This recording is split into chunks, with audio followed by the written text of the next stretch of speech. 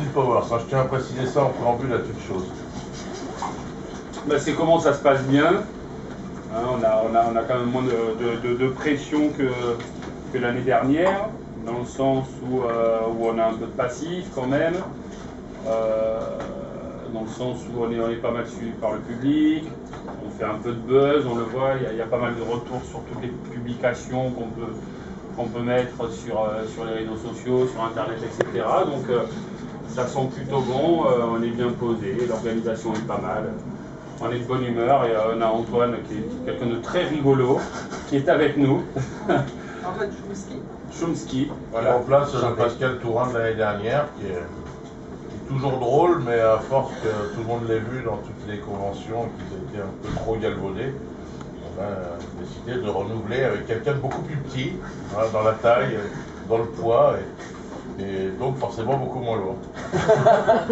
donc voilà, l'organisation s'est ouverte un petit peu parce que le lieu est plus grand, parce qu'on fait un événement plus gros, on passe du 104 à la Villette, donc forcément il fallait ouvrir un peu. On a un nouveau président aussi, un président d'honneur qui est Tété, qui est un président d'honneur mais qui devrait être là et qui n'est pas là, alors pour un président d'honneur qui est sur le chemin, qui doit être en scooter. Voilà, donc il y a Antoine qui fait maintenant partie de l'équipe. Il y a Isabelle, hein, qui fait partie de l'équipe aussi, qui nous a rejoint. Qui va se mettre toute nue avant la fin de la conférence de presse pour nous faire ses tatouages. D'accord. Mais rappelez aussi que Chomsky reprend son spectacle point virgule dès février. Voilà. Voilà. C'est très rigolo. Il va être plus drôle chez nous, hein. C'est pas si rigolo non plus. C'est pas mal, on va dire. Chez nous, il va faire des efforts.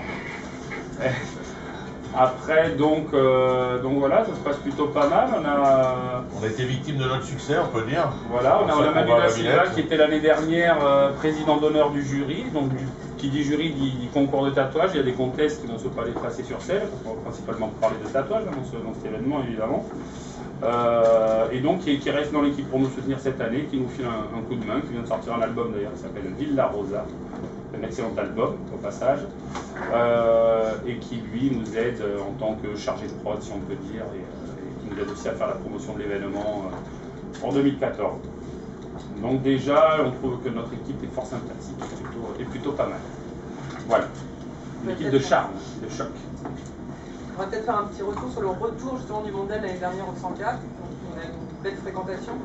Une belle fréquentation, on était aux alentours de 15 000 personnes, on a eu quelques petits soucis, c'est-à-dire qu'on n'avait pas assez de place, on a eu énormément de monde, on ne s'attendait pas à en avoir autant, et puis surtout énormément de monde qui n'a pas pu rentrer. Donc ça a créé pas mal de frustration dans le public, et puis les gens attendaient énormément avant de rentrer dans le mondial, donc on a dit qu'il faut qu'on trouve un endroit plus gros, c'est pour ça qu'on a décidé d'aller à la Grande Halle de la Villette. Et puis il ne faut pas oublier que d'une année sur l'autre, on s'aperçoit aussi que les conventions de tatouage un peu partout, voir leur nombre de visiteurs augmenter d'année en année. Le tatouage devient de plus en plus populaire, prend ses marques dans notre société, entre guillemets, et donc je pense qu'il a toute sa place dans des gros lieux d'événements aujourd'hui, comme la Villette. Donc voilà, donc l'an dernier ça s'est quand même déjà super bien passé, il y a eu des retours assez incroyables, on a été félicités pendant pas loin d'un an pour le boulot, donc ça nous a fait super plaisir, ça nous a donné aussi un peu d'essence dans notre moteur pour repartir là-dedans, parce que c'est un gros boulot, c'est très fatigant, c'est des grosses responsabilités, parce qu'on est en équipe réduite, et entre autres là-dessus on met toutes nos responsabilités entre Quentin et moi, on joue un peu notre va-tout sur ce genre d'événement, et donc c'est vrai que l'édition 2013 nous a donné envie de recommencer. Les artistes tatoueurs aussi étaient très contents de Les artistes tatoueurs étaient contents parce que on a repris notre position de convention mythique qu'on avait, voilà, l'année dernière on avait arrêté depuis 13 ans, mais c'était resté, comme on avait dit à l'époque dans l'inconscient collectif, comme un des meilleurs événements du monde, si c'est pas le meilleur événement du monde. Je crois qu'on a repris notre place aussitôt, vu que voilà, surtout dans la presse spécialisée mondiale, autant dans tous les magazines spécialisés dans la presse de tatouage, on nous a vraiment redonné notre place de quasi-leader, quoi, avec peut-être la convention de Londres, qui est peut-être la plus grosse convention en Europe avec nous, quoi. Voilà, s'il y a deux gros événements dans toute l'Europe, c'est la convention de Londres et le mondial de tatouage de Paris. et qui en font aussi parmi les plus gros événements du monde, tout simplement, vu qu'aux États-Unis, c'est beaucoup des conventions américaines, quoi, avec quelques Européens, quelques Asiatiques. Mais là, en Europe, quand il y a des gros événements comme ça, notamment celui de Londres et Paris, on peut dire que c'est vraiment les seuls événements qui regroupent autant de pays à la fois et que ce soit autant hétéroclite. Voilà. Là, en Amérique, il y a des grosses conventions, mais qui sont principalement américano-américaines. Oui.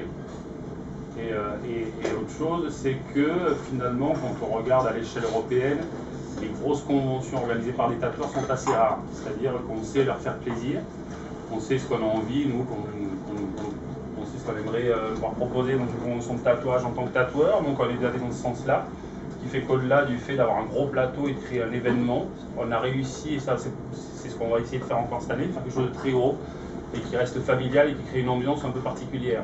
C'est-à-dire que le tatouage, là, on ne va pas arriver sur certains salons, dans notre domaine, en ayant quelque chose où il y a une espèce d'ambiance un peu électrique, comme ça, un peu rock'n'roll et en même temps très familiale. Et donc ça, on est content. On a réussi à faire un peu ce que certains groupes de musique ont réussi à faire quelque chose de pointu, d'élitiste et de populaire à la fois. C'est un peu ce qu'a fait le mondial l'année dernière, ce qu'on va essayer de refaire cette année, de créer cette ambiance, voilà, en favorisant le contact entre les tatoueurs, c'est-à-dire que c'est quand même eux les stars de l'événement.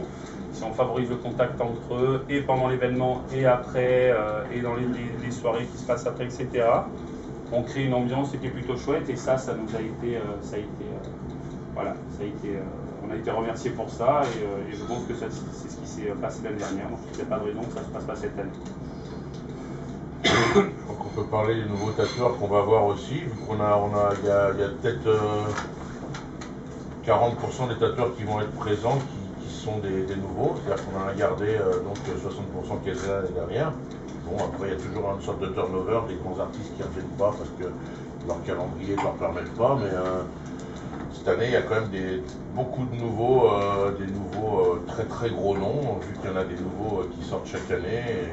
Et voilà, il y a un gros renouvellement de tatoueurs qui ne sont pas encore hyper connus comme des grandes stars, mais qui en ont le niveau. Voilà, si on parlait de foot, c'est chaque année des nouveaux Ronaldo, des nouveaux Messi et des nouveaux Platini. Il y en a plus de 300. Hein. Et là, cette année, ouais, il y en a plus de 300. On a augmenté le chiffre par rapport à l'année dernière. Mais c'est pas parce qu'on a un endroit qui est 2 ou 3 fois plus gros qu'on va mettre 2 ou 3 fois plus de tatoueurs, justement. C'est l'endroit, on l'a grossi, surtout pour pouvoir faire plus de fluidité et puis moins de queue, surtout, parce qu'il y a eu tellement de gens qui n'ont pas pu rentrer l'année dernière que le fait de prendre un plus gros endroit, voilà, c'est surtout pour que les gens puissent circuler sans être comme dans le métro aux heures de pointe.